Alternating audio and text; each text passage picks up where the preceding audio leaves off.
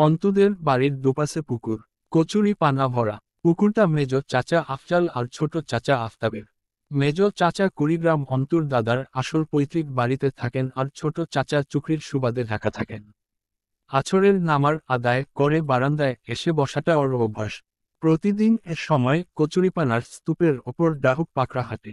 দেখতে ভালো লাগে। আজ দেখা যাচ্ছে না। তরতর করে ঘুরে বেড়ায় ডাহুকগুলো। আগে অন্তিক এসে ফাঁদ পাতার পরিকল্পনা আঁটত পাখিগুলো ধরার জন্য। মারামারি লেগে যেত অন্তুর সাথে। অন্তুর কথা প্রাণী হত্যা মহাপাপ। আর প্রাণী যদি পাখি হয় তা শিকার করা ডাবল মহাপাপ। সে কোনোদিন অন্তিককে পাখি ধরতে দেয়নি। আজ ভাবির চাচাতো ভাইয়ের বাড়ি থেকে দেখতে আসার কথা ছিল, আসেনি। আমজাদ সাহেব দুদিন পর আসতে বলেছেন। আখির কথা মনে পড়ল। আজ দুদিন হলো খুব জানতে ইচ্ছে করে জয় আগে ভার্সিটির মেয়েগুলোর সাথে কি করেছে। বিরক্ত হয়ে উঠল অন্তু নিজের ভাবনার ওপর। ঘুরে ফিরেই এইকেচালে মন চলে যায়। বাড়িতে নীরব অশান্তি চলছে। সরকারি প্রাইমারি স্কুলের মাস্টার ছিলেন আমজাদ সাহেব। দিনকাল চলেছে কোনোমতো। কিন্তু অন্তু বড় হয়েছে, অন্তিক বড় হয়েছে, সেই অবস্থায় বাড়ি না করলে নয়। বাবা হিসেবে শিক্ষা ও সাধ্যমতো যোগ্যতা ছাড়া বিশেষ কিছু দিতে পারেননি। অন্তিক যদিও বা জিদ ও ঝামেলা করত, অন্তু সেটুকুও করেনি কোনোদিন ছোটবেলা থেকে। আব্বু শখ করে কষ্ট করে কিছু দিতে চাইলে হাসিমুখে অভ্যাস, লাগবে না আব্বু, এই জিনিস আমার পছন্দ বা প্রয়োজন না। সেক্ষেত্রে বাপ হিসেবে আমজাদ সাহেবের কর্তব্য নয় কি সন্তানকে অন্তত একটা উপযুক্ত বাসস্থান দেয়া। শেষ পর্যন্ত এই তো বছর দুয়েক আগে ধার দেনা করে এবং কিছু গোছানোর টাকা দিয়ে দোতলার কাঠামো তুললেন। একতলার ছাদ হতে হতে টাকার সংকট পড়ল। পুরনো বাড়ি ভাঙার ফলে থাকার জায়গার সংকট হলো। সেই অবস্থায় বাড়ির একতলা অন্তত ঠিক করা ফরজ হয়ে দাঁড়ালো।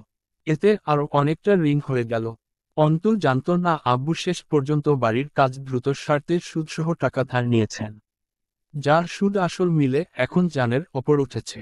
অন্তুর দাদার বাড়ি কুড়িগ্রাম, তবে কোনো এক সূত্রে তিনি বেশ অনেকটা জমির মালিকানা পেয়েছিলেন এই দিনাজপুরেও। আমজাদ সাহেব এখানে বসতি গেড়েছেন। দেনার দায়ের থেকে মুক্ত হতে আমজাদ সাহেব কুড়িগ্রামের জায়গা বিক্রির বায়নামানার টাকা নিয়েছেন। এছাড়া আর উপায় ছিল না। পাওনাদারেরা ঘাড়ের ওপর উঠে আছে, সাথে দিন যত যাচ্ছে সুদের পরিমাণ সমান্তরাল হারে বাড়ছে। বিপত্তি বেঁধেছে মেজ চাচাকে নিয়ে। ভদ্রলোক বিশাল খামারের মালিক। খামার আমজাদ সাহেবের জায়গার অর্ধেকটাতে চলে এসেছে। ক্রেতা লোকটা ততদিন রেজিস্ট্রিতে যাবেন না যতদিন জমি পরিষ্কার, ঝামেলামুক্ত না হয়। এটাই স্বাভাবিক, কোনো ক্রেতাই টাকা পয়সা খরচা করে ভেজাল জমি কিনতে আসবেন না। মেজ চাচা আমজাদ সাহেবকে জমি দিতে রাজি নন। তিনি বলেছেন, আমজাদ এখানে থাকে না, জমির দেখভাল করে না। তাছাড়াও ও তো দিনাজপুর একটা জমি পেয়ে সেখানে বাড়ি করে বসবাস করছে। তাহলে এখানে আবার কিসের জমি পাওনা? কোনো জমি পাবে নাও এখানে। সেদিন যখন আমজাদ সাহেব গেলেন সেখানে, সালিশ বিচার করে অবশেষে রায় এলো, খামার হবার পরেও আমজাদ সাহেবের জমির যে অর্ধেক খালি পড়ে আছে সেটুকু তিনি পাবেন, বাকিটার আশা ছাড়তে হবে। তাতে যে অর্ধেক বাকি আছে সেটুকু দিতে রাজি হয়েছেন আফজাল সাহেব। বাকি যেটুকুতে উনার খামার রয়েছে সেটুকু উনি দেবেন না। এ নিয়ে বেশি ঝামেলা করলে বাকিটুকুও না দেবেন না। আমজাদ সাহেব কেবল দীর্ঘশ্বাস ফেলেছেন। তার শুধু একটা কথা মাথায় এসেছে, জোর যার মুল্লুক তার। প্রতিদিন পাওনাদারেরা আসছে বাড়িতে। আব্বুর শুকনো মুখটা অন্তর কলিজা ছিদ্র করে দিচ্ছে। আত্মমর্যাদাসম্পন্ন মানুষটা কেমন মিলিয়ে যান পাওনাদারদের সম্মুখে। মেজ চাচার দাবি, আমজাদ যেহেতু এখানে থাকে না, ওর এখানকার জমিতে কোনো অধিকার নেই। তিনি নেহাত ভালো মানুষ বলে অর্ধেকটা তাও দিচ্ছেন। এসব শুনে অন্তর রক্ত টগব গিয়েছে। নিম্ন মধ্যবিত্তদের জীবনযাত্রার মান এমনই হয়, এসব বুঝিয়ে সান্ত্বনা দিয়েছে নিজেকে। জীবনটা জটিলতা আর ধ্বংসত্রাসে ভরপুর হয়ে উঠছে। সে এই জীবনে এমন পাপ তো করেনি যার প্রতিদান স্বরূপ এত কঠোরতা প্রাপ্য। আম্মু চেঁচিয়ে ডাকছে। অন্ত অতিরিক্ত অন্যমনস্ক। বারবার ডেকে তার হুঁশ ফেরাতে হয়। আম্মুর কাছে গিয়ে বলল, কি হয়েছে? রাবেয়া বেগম রোদে কুমড়ো বড়ি শুকাতে দিয়েছিলেন, তা তুলছেন বসে। তোর বাপ ডাকতেছে, যা শুনে আয়। তোরে ছাড়া বেহুশ হয় মিলুক, দূরে থাকিস কেন? ঘরে ঢুকতেই সুরমা আতর মিশ্রিত একটা সুগন্ধ এসে নাকে ঠেকল। আব্বু আছরের নামাজ শেষে জায়নামাজে তসবিহ গুনছেন। অন্তু এগিয়ে গিয়ে মেঝেতে বসতে অগ্রসর হয়। আমজাদ সাহেব বাধা দিলেন, তুই বিছানায় বসো। আমি এই বসাতেই মাগরিব পড়ে উঠব, আজ আর মসজিদে যাব না, শরীর খারাপ। অন্তু কথা শুনল না। আব্বুর নিচে বসে থাকলে সে কিভাবে পা তুলে বা ঝুলিয়ে বিছানায় বসতে পারে। আব্বুর পাশে পা গুটিয়ে মেঝেতে বসে পড়ল। আমজাদ সাহেব কিছু বললেন না। অন্তু জিজ্ঞেস করল, শরীর ভালো তোমার? আছে ভালোই, আলহামদুলিল্লাহ। কি শুদ্ধতম চেহারা, এক থুতনি চাপ দাড়িতে হালকা পাক ধরেছে, মেহেদির রং বুকি দিচ্ছে। গভীর চোখ, পুরু ঠোঁটের বিশাল দেহী মানুষটা। ভারী, গম্ভীর কণ্ঠস্বর। এক পা গুটিয়ে বসেছেন, সেই পায়ের নখে কালো দাগ। অন্তু তাতে হাত বুলিয়ে বলল, কোথাও ব্যথা পেয়েছিলে? রক্ত জমেছে নাকি নখে? আমজাদ সাহেব বললেন, ব্যথা পাওয়ার কথা মনে পড়ছে না, তবে ওখানে একটু ব্যথা আছে। অন্তু আব্বুর নখে আঙুল বোলালো। বাড়িতে কি হয়েছে রে অন্তু? অন্তু বাচ্চাদের মতো হাসল, সব ঠিকঠাক। কি হবার কথা ভাবছ? প্রেশার হলে সুখ লাগে তোমার? আমজাদ সাহেব গম্ভীর স্বরে বললেন, তুই আমার মা না, আমি তোর বাপ। হুঁশিয়ারি করছিস আমার সঙ্গে? অন্তু হেসে ফেলল আরো খানিকটা, করতে পারি। তুমি ওল্ড জেনারেশনের লোক, তোমাকে ঘোল খাওয়ানো কোনো ব্যাপার নাকি আমার কাছে? আমজাদ সাহেব বললেন, বিয়ে শাদি করবি না তাই বলে? অসহায় মুখে তাকালো অন্তু, তুমিও আব্বু। কাকে বিয়ে করব? ভাবির আনা ছেলেকে, নাকি আম্মার কাছে আসা ঘটকের পাত্রদের মাঝে কাউকে? আমজাদ সাহেব কিছু বললেন না। অন্তু আনমনে বলল, আব্বু, সামনের দিনগুলো খুব খারাপ যাবে, তাই না? আমজাদ সাহেব চোখ মেলে তাকালেন, তোকে বলেছি কোনো কিছুকে পাত্তা দেয়া যাবে না। জীবন একটা চক্র রে অন্তু। সোজা ভাষায় বললে বৃত্ত। কোনো এক বিন্দু থেকে একই রেখা বরাবর যতটা আগে এগোবি, রেখাতে চক্রাকারে ঘুরে সেই প্রথম বিন্দুটা ঠিক তত নিকটে আসতে থাকবে। ঠিক যেমন রাত যতটা গভীর হয়, সকাল তত নিকটে আসে। কষ্টের যত গভীরে ঢুকবি, সুখ ঠিক ততটুকু কাছে আসবে। সুখের ক্ষেত্রেও তাই। সুখের মাঝে যতটা মজে যাবার সুযোগ পাওয়া যাবে, দুঃখকে ঠিক ততটা কাছে কল্পনা করে প্রস্তুত থাকতে হবে। কিছুই চিরস্থায়ী নয়, অন্তু। অন্তু অভিভূতের মতো চেয়ে আব্বুর দিকে। 50 মানুষটা অন্তুকে প্রতিক্ষণে মুগ্ধ করতে তৎপর। চোখের শীতল, অভিজাত চাহনি, মুখের শুদ্ধতম গাম্ভীর্যতা। সুখ কি আব্বু? আমজাদ সাহেব বললেন, সুখ কেবল এক কল্পিত তত্ত্ব। দুঃখের সাপেক্ষে আপেক্ষিক বৈপরীত্যের কল্পিত তত্ত্বকে সুখ বলে। অর্থাৎ শতভাগ দুঃখের মাঝ থেকে যতটুকু দুঃখ বিয়োগ হবে, ওই বিয়োগফলটাই সুখ। আর কেউ দুনিয়ায় শতভাগ দুঃখী নয়। মাথা নত করে হাসে অন্তু। তার সৌভাগ্য কি তার বাপ নয়? আব্বু মেজো কাকার সাথে ঝামেলায় না জড়িয়ে আম্মুর বাপের বাড়ির জমিটা বিক্রি করে পাওনাদারদের দিতে পারতে না। জানা নেই কি হবে ওখানে। কাকা ভালো মানুষ না, উনি যেকোনো রকমের বিশ্রী তামাশা করতে দুবার ভাববেন না। প্রতিদিন পাওনাদারের এই ঘোরাঘুরি আমার চোখে লাগছে খুব। আমজাদ সাহেব স্মিত হাসলেন, আমার লাগছে না। অন্তু সপ্রতিভ স্বরে বলল, আমার চেয়ে বেশি লাগছে, আর সেটাই পীড়া দিচ্ছে আমাকে। তুমি কেন সহ্য করছো এসব? আম্মুর দপ্তরের জমিটা। আমজাদ সাহেব ডেকে উঠলেন, অন্তু, তোর মাকে যেদিন বিয়ে করে আমার ঘরে নিয়ে এসেছিলাম, সেদিন প্রতিশ্রুতিবদ্ধ হয়েছিলাম, তোর মায়ের বাকি জীবনের সমস্ত ভার আমি বইব। তার খাবার, কাপড়, থাকার জায়গা, চিকিৎসা সবের দায়িত্ব আমার না। তাহলে সেই দায়িত্ব পালন করতে গিয়ে যদি ঋণ করি, সেই ঋণ পরিশোধের দায় কার? তার বাপের বাড়ি থেকে সে কি পেয়েছে না পেয়েছে সেটা দেখার আমি কে? কতটুকু যুক্তিযুক্ত তা? যতদিন বেঁচে আছি অন্তত ততদিন তো না। এমনকি মরার পরেও তার একটা ব্যবস্থা করে যাওয়া আমার কর্তব্য। তা পারব কি না জানা নেই। তাহলে তার ভরণপোষণে খরচা করা টাকার ঋণ তার বাপের কাছে পাওয়া জমির পয়সায় কি করে পরিশোধ করি? এমনিতেই তাকে জীবনে ভালো তো রাখতে পারিনি আমি। এমন কিছু রেখেও যেতে পারবো না, যা দিয়ে আমার অবর্তমানে তার খুব চলবে। তখন ঠিক ওই জায়গা বিক্রি করেই চলতে হবে হয়তো তাকে। এটা আমার কর্তব্যে খেলাপি না। মরার পরেও কর্তব্যের হেরফের হবে, বেঁচে থাকতেও যদি তাই করি। আমজাদ সাহেব একটু থেমে আবার বললেন, আমি তোর মায়ের কাছে এমনিতেও ঋণী, খুব ভারী এই ঋণ। আমার ছেলের উপর সেই শখ আমি রাখতে পারি না, যে সে তার মা আর তোকে দেখবে। অন্তু হাসল। ছেলের ওপর ন্যায্য ভরসা রাখাকে শখ বলছেন এই লোক। মানুষটা ব্যাপক অদ্ভুত আত্মসম্মানী। আগামী দিন বিচার আছে। আশা রাখা যায়, ভালো কিছুই হবে। গ্রামের মাতব্বররা আবার সালিশ ডেকেছে। জমি পেয়ে যাব, বিক্রি হয়ে যাবে। পাওনাদার আর আসবে না, তুই চিন্তা করিস না। আর কথা বাড়ায় না অন্তু, ভাবনায় ডুবে যায়। রাবেয়ার ভাগ্য নাকি কোনো নেকির ফল। মূর্খ সরল, সহজ নারীটা হঠাৎ তার আব্বুকে কোন কপালে পেয়ে গিয়েছিল। কি করলে এমন কাউকে এই শেষ বেলায় এমন শক্তিমান ছাড় মতো পাওয়া যায়? হুট করে অন্তুর ভেতরে অদম্য এক শখ অথবা আকাঙ্ক্ষা জাগল, তার জীবনে এমন কেউ কি আসতে পারে না। ভাবি জিজ্ঞেস করে, তোমার কেমন সঙ্গী চাই? ভাবি বা আম্মা বোঝে না, তার একজন এমন কর্তব্যপরায়ণ পুরুষ চাই, যে একরাশ প্রশান্তি এবং এক বুক আত্মমর্যাদার চাদরে মুড়ানো, এক মুঠো নিঃস্ব সুখ হবে। সম্পদ ছাড়া তার কাছে সব থাকবে। একটু অবাক হলো নিজের ভাবনায়, সম্পদ ছাড়া? উত্তর এলো, হ্যাঁ, সম্পদ ছাড়া যে পুরুষেরা কর্তব্যপরায়ণ, তারা স্বর্গীয়। এই তো আব্বু।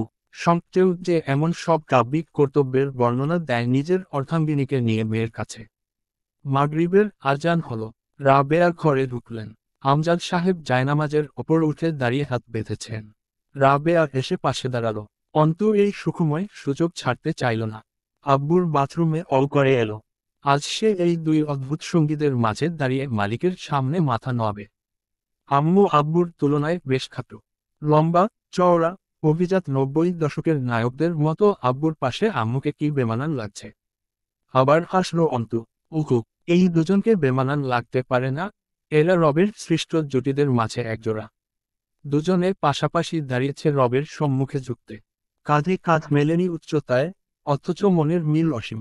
অন্তু সব ভুলে বুক ফুলিয়ে একটা ফুরফুরে শ্বাস ফেলে আব্বুর পাশে গিয়ে দাঁড়ালো। আব্বু নীরবে তার জন্য নিজের একপাশে 5টায় জায়গা রেখে নামাজে দাঁড়িয়েছে। অপর পাশে রাবেয়া বেগম। ইলেকশন এগিয়ে আসছে। প্রতীক বের হবে দিন দুয়েকের মাঝে। গতকাল সম্মেলন অনুষ্ঠিত হয়ে গেছে। ব্যস্ত সময় কাটছে হামজার, জয়ের দৌড়াদৌড়ি বেড়েছে। সকাল 10টা।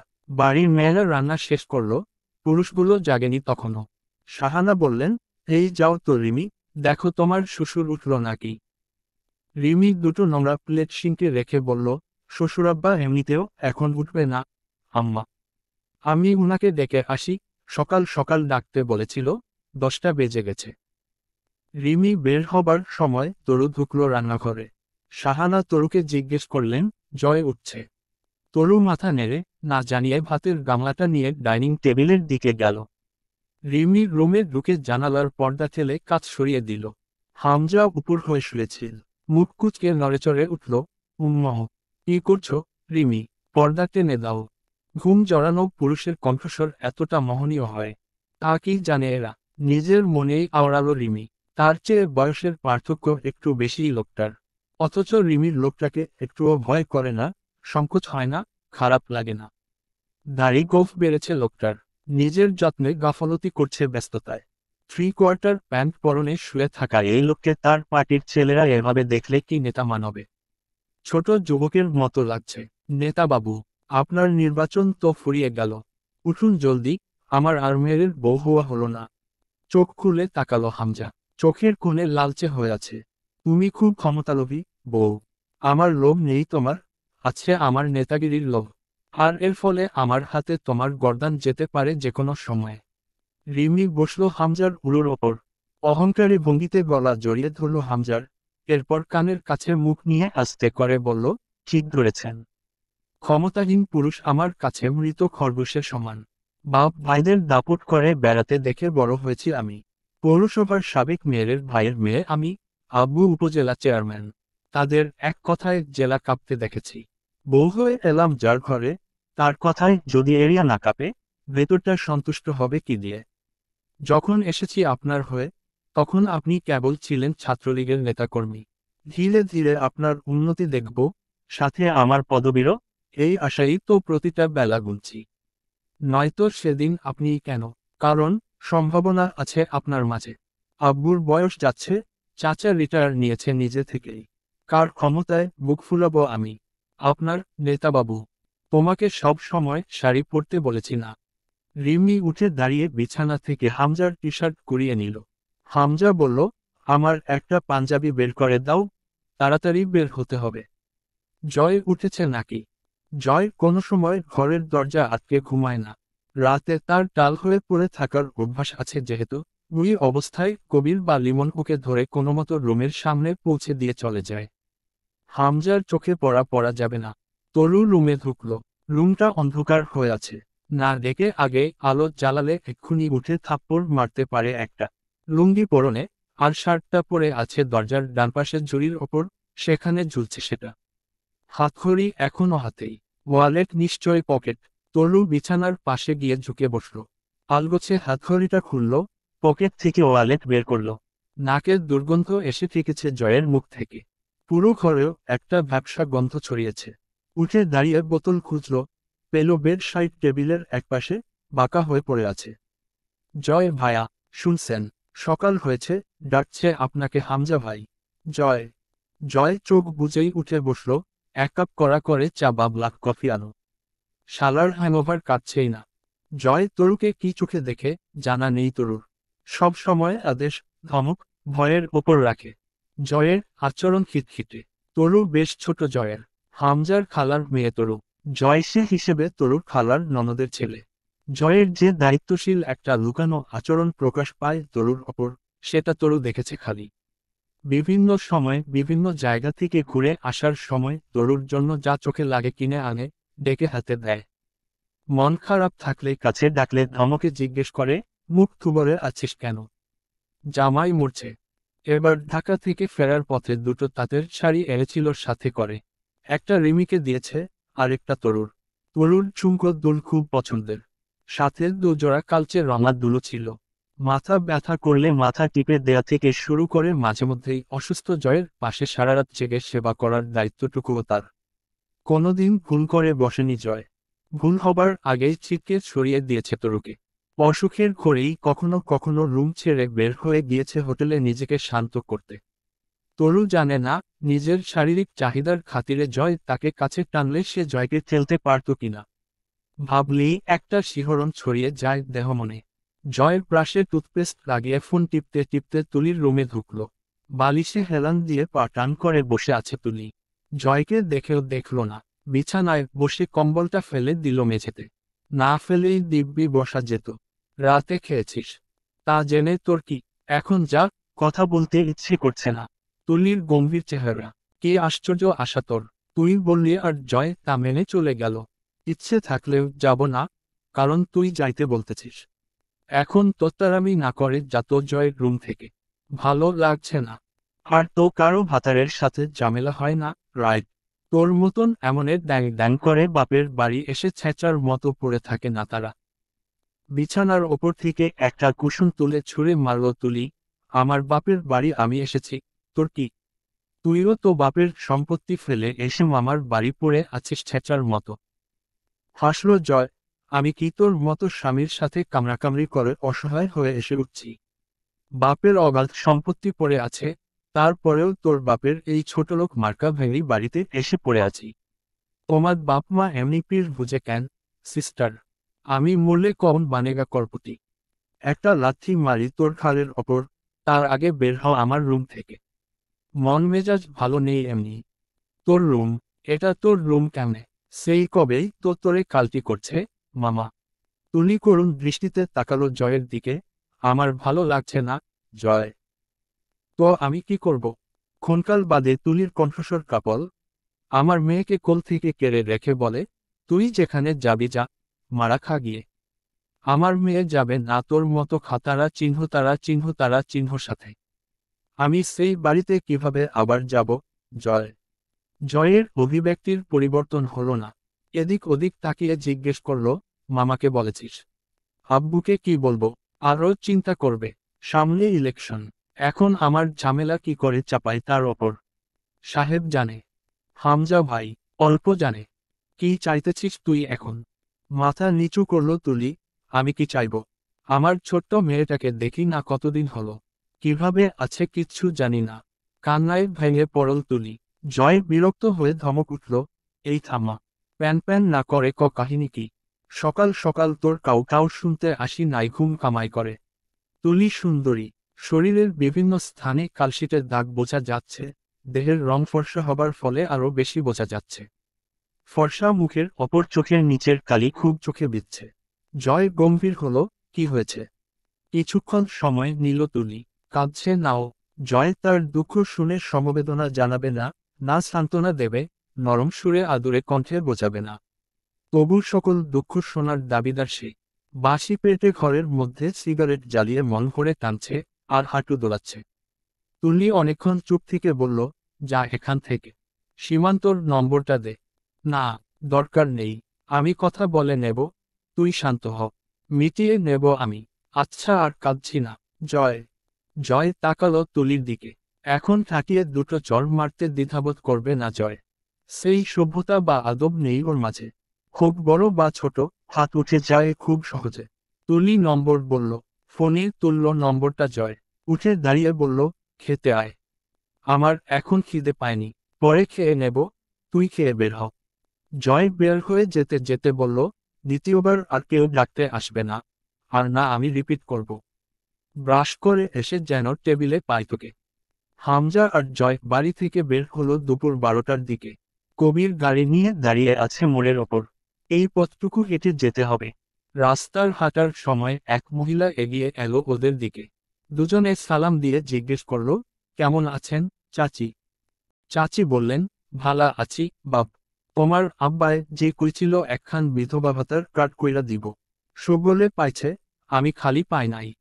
জয়ের দিকে তাকালো হামজা। জয় রোজচশমাটা খুলে বলল, আপনি কাল সকালে আসবেন আমাদের বাড়িতে।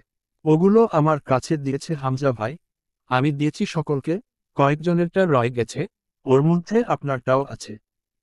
মহিলা সন্তুষ্ট মনে চলে গেলেন।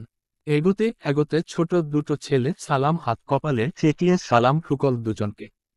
এলাকার ফার্মেসির দোকানদার হামজাকে ডেকে বলল, এই রাস্তায় তো আর হাঁটা যায় না বাজান। একটু বৃষ্টি হইলেই কাদাপানি প্যাক প্যাক করে। রাস্তার কাজ কবে ধরবা হামজা? হামজা হাসল, এই তো কাকা, নির্বাচনের ঝামেলাটা মিটলে আর কষ্ট করতে হবে না আপনাদের। রাস্তার কাজ এই রাস্তা দিয়েই শুরু করব, ইনশাআল্লাহ। এলাকার মানুষ আগে আমার। আর এমনিতেও শীত নামানোর বৃষ্টি এসব, শীত এসে গেছে অলরেডি। এখন আর বৃষ্টি বা কাদা হবে না কয়েক মাস।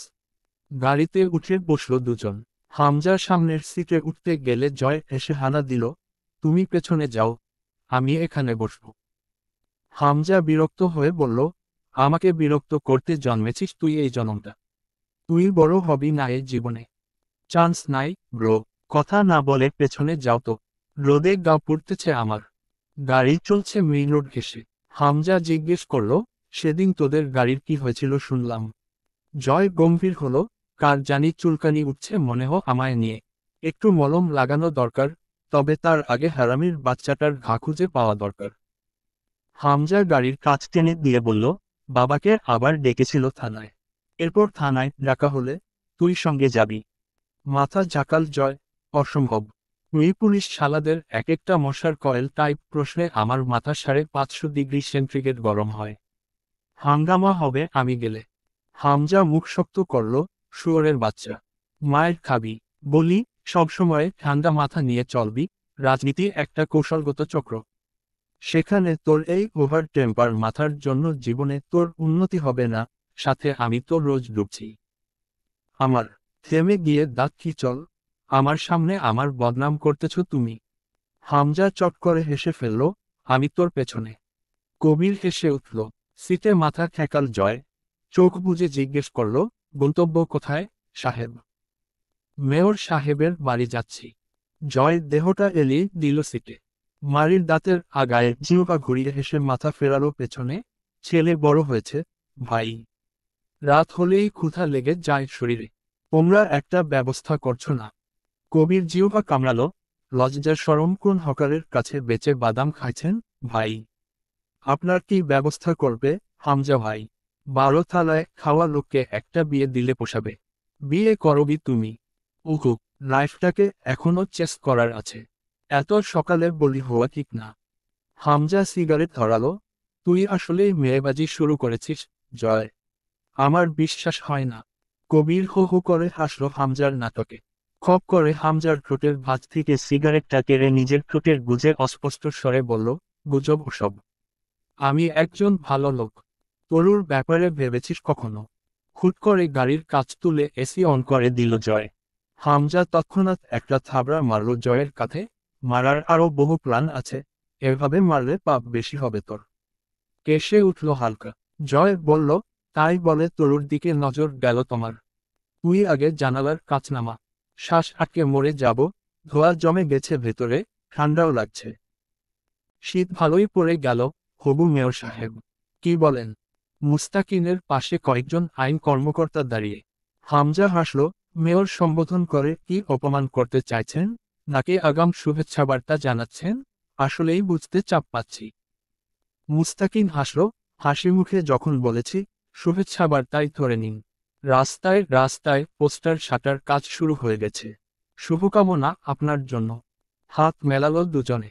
হামজা হাতটা ছাড়িয়ে বুকে রাখল হাসি মুখে। মুস্তাকিন মহান বিনা কাজের শুভেচ্ছা জানাতে তো আর মাঝপথে বয়ে আসেনি। হামজা সাহেব, দেখুন, লোকের মুখে যা রটে তাই নাকি ঘটে। যদিও এসব কথার কথা, তবুও লোকের এত জোরালো সন্দেহ কেন আপনাদের ওপর? এর ব্যাপারে আগেও কথা হয়েছে, তবুও বারবার আসলে বিষয়টা এসে এখানেই থেকে যাচ্ছে। হামজা সোজা হয়ে দাঁড়ালো। দেখুন অফিসার, আপনি কতটা ঠিক বলছেন বা একটু বাড়িয়ে জানি না, লোকের কতটা সন্দেহ আমাদের ওপর তা আসলে মেপে দেখার সময় পায়নি ইলেকশনের ঝামেলায়। তবে ততটাও হবে না জানি, যতটা বোঝাতে চেষ্টা করছেন আপনি। লোক টুকটাক ভালোই বাসে আমাকে। রাজনৈতিক দলে যেহেতু আছি, প্রতিদ্বন্দ্বীহীন নই। মূলত যে জমিজমা সংক্রান্ত ব্যাপার ওই পরিবারে ঘটেছিল, তার বিচার আমি আর জয় করেছিলাম। সর্বশেষের সময় দিয়েছিলাম কিছুদিন। মানুষ জমি সমস্যায় পড়ে বিক্রি করতেই পারে, ওরা আবার তা ফেরত নিতে চেয়েছিল, কিন্তু সময় পার হয়ে গেছিল। তবুও আমি আরও কিছুদিন সময় দিয়েছিলাম। এর মানে এটা কিভাবে হয় যে একটা ছোট্ট 15 বছর বয়সী মেয়ে, যে হয়তো আমার বোনের সমান, তাকে এমন নৃশংসভাবে? মাথা নাড়ল হামজা। যুক্তিতে মেলে আসলে। কিন্তু এখন একটা বড় কাজে হাত লাগিয়েছি, লোকের চোখে এমনিই পড়ে গেছি। যেমন বিপক্ষ দলগুলোর চোখে, তেমন সাধারণ মানুষ একটা ছুতো পেলে ছাড়ছে না। বোঝেন তো, রাজনৈতিক নেতাদের সাধারণ মানুষ কোনোকালেই ভালো চোখে দেখেনি। কারণ তাদের চাহিদা অপূর্ণ রয়ে যায় বহু। মুস্তাকিন রোদ চশমাটা চোখে আঁটল। দারুণ সুদর্শন একজন পুরুষের খেতাব পাওয়ার মতো সবই আছে তার মাঝে। হামজার কথার মাথা প্যাচে দারুণ দক্ষ এবং সুবিন্যস্ত কথার কৌশল।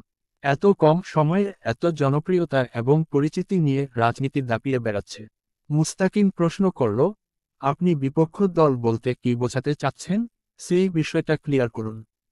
এখানে আপনাদের এভাবে বেশিক্ষণ ধরে রাখা ঠিক হবে না, সাথে আমার নিজেরই গা জ্বলছে। দ্রুত কথা সেরে নিই। হামজা বলল, আমার চাচার সুর, মানে সাবেক মেয়র সাহেব। এবার তাকে হারিয়েই আমাকে জিততে হবে। সে কোনোকালেই আমাকে ভালো চোখে দেখেনি, দেখছে না। মুস্তাকিন প্রশ্ন করল, তা কিসের ভিত্তিতে বলছেন? হামজা হাসল। সেদিন জয়কে ডেকেছিলেন তিনি নিজেই। এরপর হঠাৎই জয়ের গাড়ির সামনে বিপজ্জনকভাবে একটা বোঝাই ট্রাক চলে এসে মেরে দিতে দিতে বাঁচিয়ে চলে গেছে। এটাকে কিভাবে ব্যাখ্যা করব? এসব আমাদের সাথে হতেই থাকে, তবে এটা কাকতালীয় ছিল না। অফিসার, আপনাদের গন্তব্য এখন কোথায়? মেয়র সাহেবের সাথেই দেখা করতে যাচ্ছি। মুস্তাকিন হাসল। সেদিনের ঘুরতে যাওয়া অ্যাক্সিডেন্টের দায় মেয়র সাহেবকে দিয়েছেন নাকি? সেই হিসেব চুকাতে যাচ্ছেন? হামজা হাসল নিঃশব্দে। তার তলোয়ারের মতো রাজকীয় অভিজাত গোফের সরু প্রান্ত পাক খেয়ে গেল হাসির দমকে। মুস্তাকিন আবার বলল, আচ্ছা, পরে টরে একবার কার্যালয়ে আসুন। এখানে এই রোদে গা পুড়িয়ে কথা জমছে না। অনেক তথ্যের প্রয়োজন। মানছি এখন ব্যস্ত আপনারা, তবে তবুও একটু আসুন সময় করে। চলি। হাত মিলিয়ে গাড়িতে ওঠার সময় জয়কে বলল মুস্তাকিন, গিয়ে আবার মেয়র সাহেবকে খুন করে আসবেন না যেন। জয় নিজস্ব ভঙ্গিমায় ঠোঁট একপেশে হাসি হাসল। আমাদের আগে আপনি দেখছি শিওর, সেদিনের কাজটা মেয়র করেছে। খাড়া দুপুর। বাংলায় অগ্রহায়ণ মাস পড়ে গেছে। ঠান্ডা গরমের কাটাকাটি চলছে। জয় গাড়ি থেকে নামলো পরে। হামজা বেরিয়ে গেছে ফোন কানে ধরে। সামনের দোতলা বাড়ি। কবির জয়কে জিজ্ঞেস করল, আমি কি যাব ভেতরে? জয় ঘাড় ঘুরিয়ে তাকালো। আমার বিয়ের বরযাত্রী হয়ে এসেছ, শালা। আমার সাথে গিয়ে আস্ত মুরগির প্লেটের সামনে বসবি তাড়াহুড়ো করে। হামজা ফোনে কথা সেরে এসে দাঁড়ালো। জয় খ্যাঁক খ্যাঁক করে উঠল, তোমার ফোন না ঘন্টা বালদা সারাদিন খালি বাজতেই থাকে। জন্টু সাহেবের বাড়িতে আলাদা বৈঠকখানা নেই। চাচাশ্বরের বাড়ি ছাড়াও মেয়ের বাড়িতে দুই খাগুর যাতায়াত আগে পড়ে আছে। বসার রুমে বসেই রাজনৈতিক আলোচনা সারেন মেয়র কামরুজ্জামান জন্টু। এখন আর ওনার সাথে ওনার সরকারি নেই। ওরা এসেছে ভর দুপুরে, অসময়ে। বাজার করার লোক জানিয়ে গেল, বসুন আপনারা, বাবু আসতেছে। জয় বলল, যা পারে না তা মারাতে হবে কেন? ভদ্র বাংলার পেছনে মারছে। হামজা শক্ত মুখে তাকিয়ে বলল, তোর খাপোছাড়া মুখের লাগাম দে, জয়। নয়তো একটা থাপ্পড় মারব, দুটো দাঁত পড়ে যাবে সামনের পার্টি থেকে। ব্যাপার না, তবে তাতে তোমার হাজারখানেক ভোট কমবে এবার। তুই একাই 1000 ভোট মারবি, আমার বাচ্চারা মারবে। এখন আবার জিজ্ঞেস করো না, এত ছোট বয়সে এতগুলা কেমনে জন্মাইছি। আসলে সবই ক্যাপাসিটির ব্যাপার। বড় ভাই আমি তোর। জয় অবাক হলো, আহ, জানতামই না। আগে বলেননি কেন, সাহেব? আপনি আমার ভাই, অথচ পরিচয়ই ছিল না। এই সুখ আমি সইব কেমনে? জন্টু সাহেব নিচে নামলেন। মেয়র সাহেব জিজ্ঞেস করলেন, কি খাবে তোমরা? জয় ফোন থেকে চোখ না তুলে বলল, চা পানি খাওয়ার হলে দুপুরে আসতাম না, মেয়র কাকা। দুপুরের ভোজে কি কি আছে সেটা বলুন। মেয়র সাহেব হাসলেন, খারাপ নেই, পছন্দ হবে তোমাদের। খেলে তো ভালোই, এরকম আন্তরিকভাবে খেতে কয়জন চায়? আলোচনার ক্লাইম্যাক্স ভালো হলে খেয়ে যাব। এখন চা কফি মার্কার সস্তা খাবার রাখুন। মেয়র বললেন, খুব, শুরু করো। আপনি বসে যান। আমাদের পরিবার থেকে কেউ মেয়র পদপ্রার্থী হয়ে নির্বাচন করছে এবার, জানেন তো? মেয়র হেসে ফেললেন, কেন, ভয় পাচ্ছ নাকি? আমি বিরোধী দলে থাকলে তোমাদের পরিবারে ভোট পড়বে না। হামজা হাসল, ভয়, ভয় নয়। আমার ছেলেরা আপনার সাথে হাঙ্গামা করবে, কাকা। আমি সুষ্ঠু নির্বাচন চাইছি, তাই আপনি বসে গেলে ঝামেলা থেকে বেঁচে গেলেন। প্রফিট আপনার, অ্যাডভাইস আমার। মেয়র বললেন, রাজনীতিতে এতগুলো বছর কাটিয়েছি, হাঙ্গামার সাথে পরিচিত না হয়েই। বেশি দিন বরং ঝামেলা না হলেই খুব মিস করি ছয় ঝামেলাকে। তো এভাবে কি সব প্রার্থীকে হাঙ্গামা থেকে রক্ষা করতে বাড়ি বাড়ি গিয়ে অনুরোধ করে আসবে? তোমার মতো এমন শুভাকাঙ্ক্ষী বিরোধী কয়জনের কপালে জুটেছে রাজনৈতিক জীবনে? অনুরোধ করছি, হাসল হামজা, কাকা।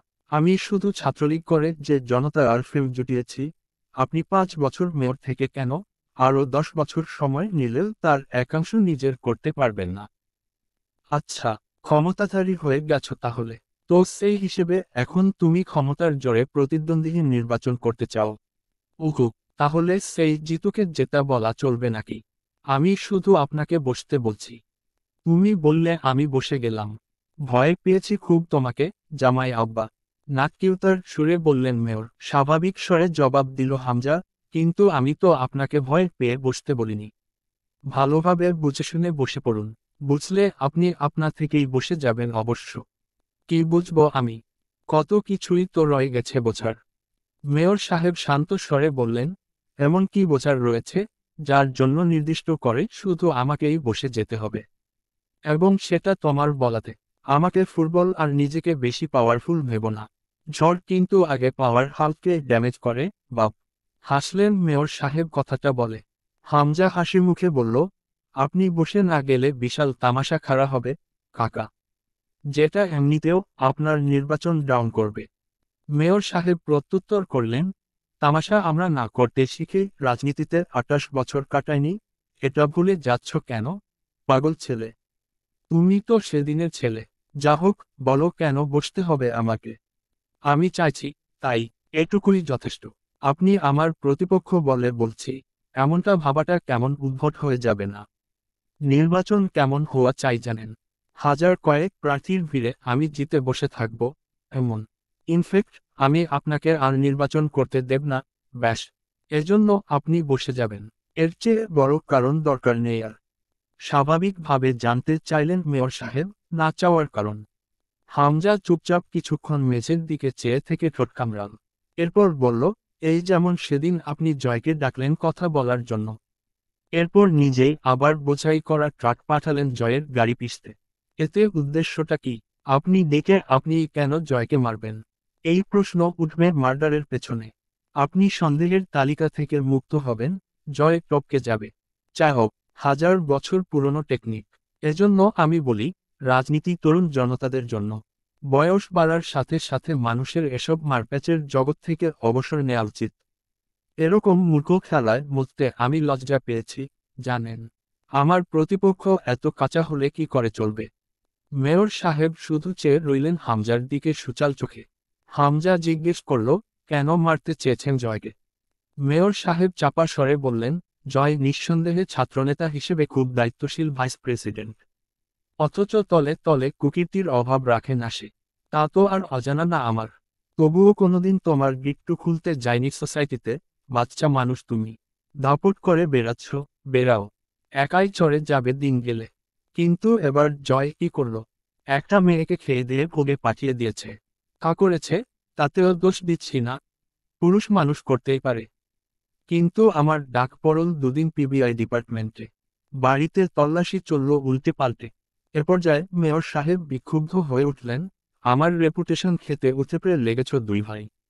আমি তোমাদের জান হজম না করে ছেড়ে দিই কি করে? এখন আবার এসেছ হুমকি দিয়ে লাঠি কেড়ে নিতে। বাচ্চাদের খেলাঘরের মতো বিবেচনাবোধ তোমার। তোমার নিজেকে কাঁচা খেলোয়াড় মনে হয় না, হামজা? আজল চন্টু সাহেবের যে চিন্তাধারা এবং শীতল দাপুটে আচরণ, তাতে হামজা খুব মজা পায় বরাবরই এই লোকের বিরুদ্ধে পলিটিক্যাল ট্রিক্স চালিয়ে। মনের মতো বিরোধী মনে হয় এনাকে। হামজা চুপ করে থাকল কিছুক্ষণ। পরে বলল, জয় এসব করেছে, তা কোন ভিত্তিতে বলছেন আপনি?